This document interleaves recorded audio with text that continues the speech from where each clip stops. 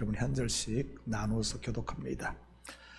그 일 후에 하나님이 아브라함을 시험하시려고 그를 부르시되 아브라함아 하시니 그가 이르되 내가 여기 있나이다.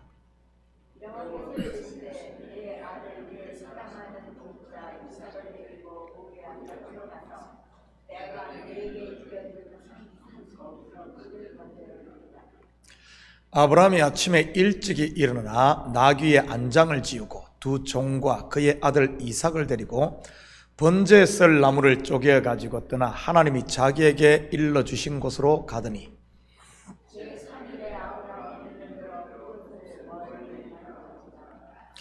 이에 아브라함이 종들에게 이르되 너희는 나귀와 함께 여기서 기다리라. 내가 아이와 함께 저기 가서 예배하고 우리가 너희에게로 돌아오리라 하고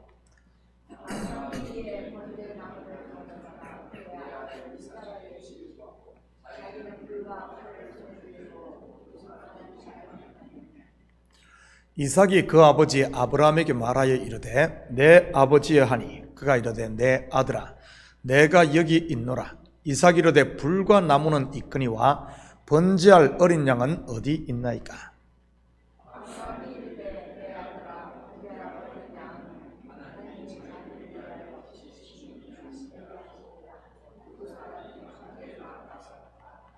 하나님이 그에게 일러주신 곳에 이른지라. 이에 아브라함이 그곳에 제단을 쌓고 나무를 버려놓고 그의 아들 이삭을 결박하여 제단 나무 위에 놓고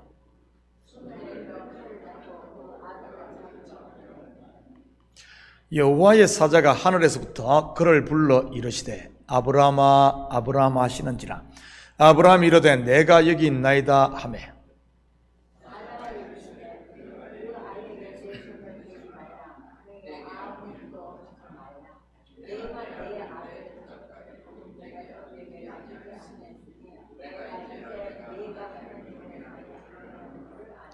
아멘. 좋은 아침입니다. 아브라함의 이야기에는 두 개의 극적인 클라이막스가 있습니다. 하나는 그가 100세의 아들을 낳은 것이고 또 하나가 오늘 본문인 것입니다. 모두가 잘 아는 내용이지만 같이 살펴보면서 본문 속에 담긴 복음을 공부해 보도록 하겠습니다. 1절입니다. 그 일 후에 하나님이 아브라함을 시험하시려고 그를 부르시되 아브라함아 하시니 그가 이르되 내가 여기 있나이다. 그 일 후에, 여기서 그 일은 무엇을 말하는 것이겠습니까? 문맥상으로만 보면 앞장에 있는 브엘세바에서 아비멜렉과 맺은 상호 불가침 조약일 것입니다. 그런데 사실 조금 큰 그림으로 보면 그 일만이 아니라 그가 100세의 이삭을 낳은 후 전체를 말하는 것으로 다르게 표현하면 이제 때가 찼다는 그런 말입니다. 아브라함이 100세에 낳은 이삭은 구속 역사에서 예수 그리스도를 예표합니다. 그런 관점에서 보면 예수님이 공생애를 시작하는 때가 찼다는 말이요, 또는 십자가를 져야 할 때가 찼다는 이런 말이기도 한 것입니다. 이것은 개인의 신앙생활이나 교회도 이러한 때가 찰 때가 있습니다. 하나님이 시험하시는 때 말이지요. 시험이라고 하니까 듣기가 좀 거시기한데 여기서 시험은 하나님이 일하시는 것, 곧 친히 개입하시는 것을 말하는 것입니다. 예수님께서 때가 찾아 일어난 일도 광야에서 마귀에게 시험을 당하신 일 아닙니까? 그리고 또 때가 찾아 겟세마네 동산에서 시험이 있었고요. 그렇다면 여기서 이 시험은 어떤 시험이겠습니까? 하나님께서는 영광을 받으시는 것이요, 인생에게는 결단의 때인 것입니다. 2절입니다. 여호와께서 이르시되 내 아들아 내 사랑하는 독자 이삭을 데리고 모리아 땅으로 가서 내가 내게 일러준 한 산 거기서 그를 번제로 드리라. 내 아들, 내 사랑하는 독자 이삭, 여기에 무엇을 강조하고 있는 것 같습니까? 내 아들, 내 사랑하는 독자, 바로 너라는 바로 내입니다. 다르게 표현하면 그 아들 네 것이라고 생각하니, 이런 의미가 그 속에 숨어 있는 것이지. 이삭이 어떻게 태어났습니까? 아브라함의 나이 100세 생식기 끝을 자른 할례를 받은 후 그리고 아내 사레의 태에 경수가 끊어진 이유입니다. 다시 말해 그들의 몸으로는 도저히 아들을 낳을 수 없는 동정녀의 상태였지요. 그런데 아들을 낳았다. 그렇다면 이 아들은 누가 낳았다는 말입니까? 하나님입니다. 아브라함은 지금 하나님의 것을 자기의 것으로 착각하고 있다는 의미인 것이지. 그리고 강조하고 있는 것이 사랑하는입니다. 무엇을 사랑한다는 말입니까? 아들 이삭입니까? 로마서 1장 25절입니다. 이는 그들이 하나님의 진리를 거짓 것으로 바꾸어 피조물을 조물주보다 더 경배하고 섬김이라. 이는 곧 영원히 찬송할 이시로다. 아멘. 무엇을 사랑한다는 말이죠? 아들을 주신 조물주 하나님보다 그의 선물인 피조물 곧 이삭을 사랑한다는 말입니다. 이것을 다른 말로 하면 우상 숭배인 것이지요. 분명 은혜로 아브라함은 시작을 했는데 율법으로 돌아가고 있다는 말이기도 하고요. 이삭을 번제로 바치는 시험은 결국 아브라함을 구원하기 위함이었다는 사실입니다.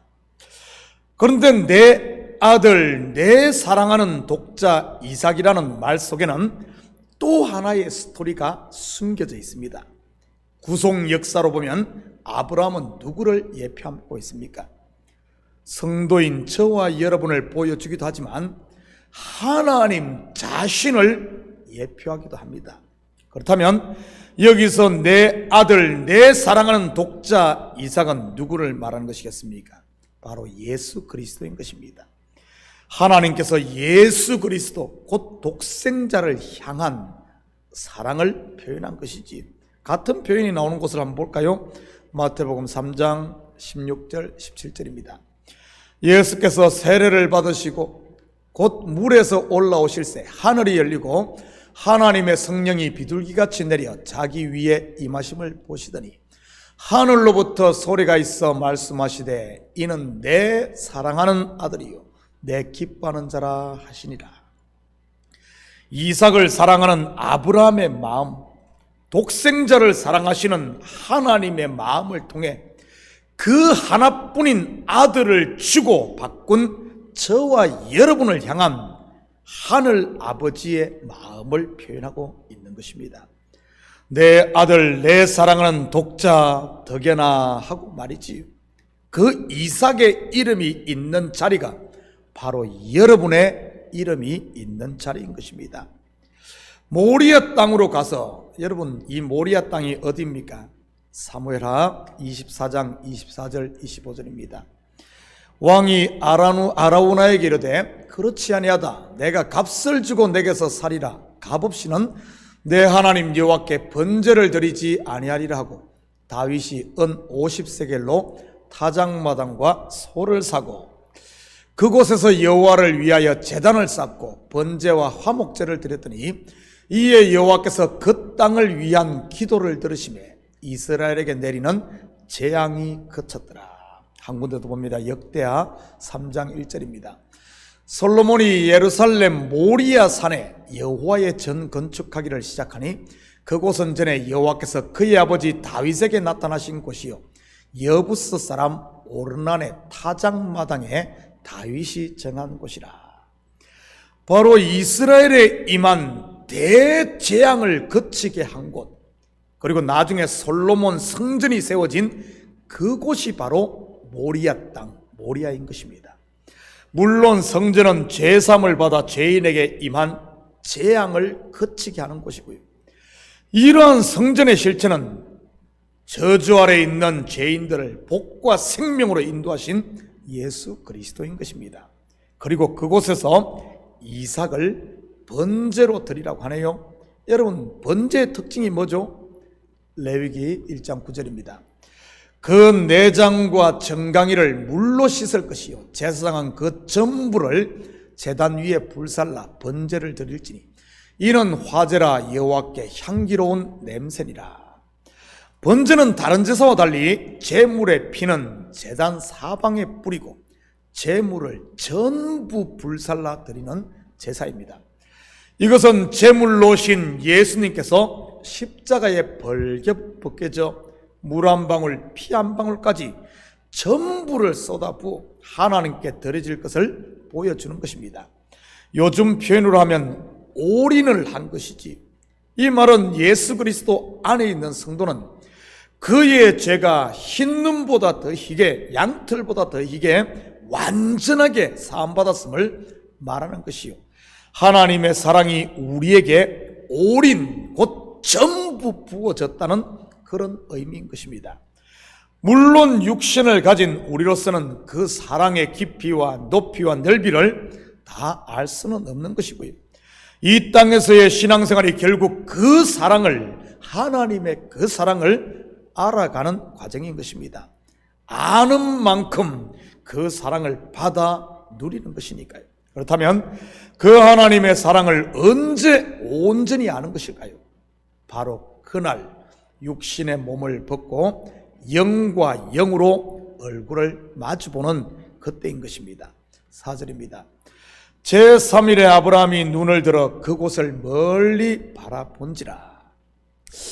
아들을 번제로 드리기 위해 아침 일찍 떠난 아브라함과 이삭은 3일 후에 모리아산에 도착을 합니다. 바로 3일 길인 것이지요. 출애굽의 모습으로 말하면 애굽과 광야 그리고 가나안 3일 길 말이지요. 그런데 이러한 3일 길은 성전을 모형하고 있다는 사실입니다. 성전 또한 성전의 뜰과 성소 그리고 지성소로 되어 있으니까요. 이처럼 성경에는 성전을 상징하는 것들이 다양하게 등장을 합니다. 그런데 이러한 성전의 상징물들의 한결같은 특징은 바로 세 층으로 3단계로 되어 있다는 사실입니다. 우리가 지금까지 공부한 창세기 1장 또한 우주성전, 바로 3의 구조로 되어 있음을 보게 되지요. 첫째 날, 둘째 날, 셋째 날은 틀을 만들고 넷째 날부터는 그 틀에다가 채워 넣는 구조 말입니다. 노아의 방주 또한 3층으로 되어 있으며 성전을 상징하는 시내산 또한 이러한 3층으로 되어 있음을 보게 됩니다. 그렇다면 이러한 3일길은 무엇을 상징하는 것이겠습니까? 그것은 바로 온전한 죽음, 곧 자기 부인을 말하는 것입니다. 예수님께서 죽으시고 3일간 무덤에 있었던 것도 같은 원리인 것이고요, 독자 이삭을 바치기 위해 걸었던 아브라함의 3일길을 상상해 보시기 바랍니다. 아브라함의 심정이 어떻겠습니까? 십자가로 향하는 예수님의 발걸음이요, 그런 죽음의 길, 사랑하는 아들의 죽음의 길, 그 길을 걷는, 다시 말해 그린웨이를 걷는 아들을 묵묵히 바라보아야 했던 하늘 아버지의 마음이었을 것입니다. 사형수가 사형장으로 가는 그 길을, 복도를 그린웨이라고 말하지 않습니까? 사실은 예수님의 공생의 3년 반이 아브라함이 걸었던 3일 길이요, 겟셋마네 동산의 기도도 이러한 3일 길인 것입니다. 그리고 예수님을 따라 제자도를 실천하는 성도의 삶 또한 이 3일 길이 되어야 하는 것이고요. 마태복음 16장 24절 25절입니다. 이에 예수께서 제자들에게 이르시되 누구든지 나를 따라 오래가든 자기를 부인하고 자기 십자가를 지고 나를 따를 것이리라. 누구든지 제 목숨을 구원하고자 하면 잃을 것이요 누구든지 나를 위하여 제 목숨을 잃으면 찾으리라.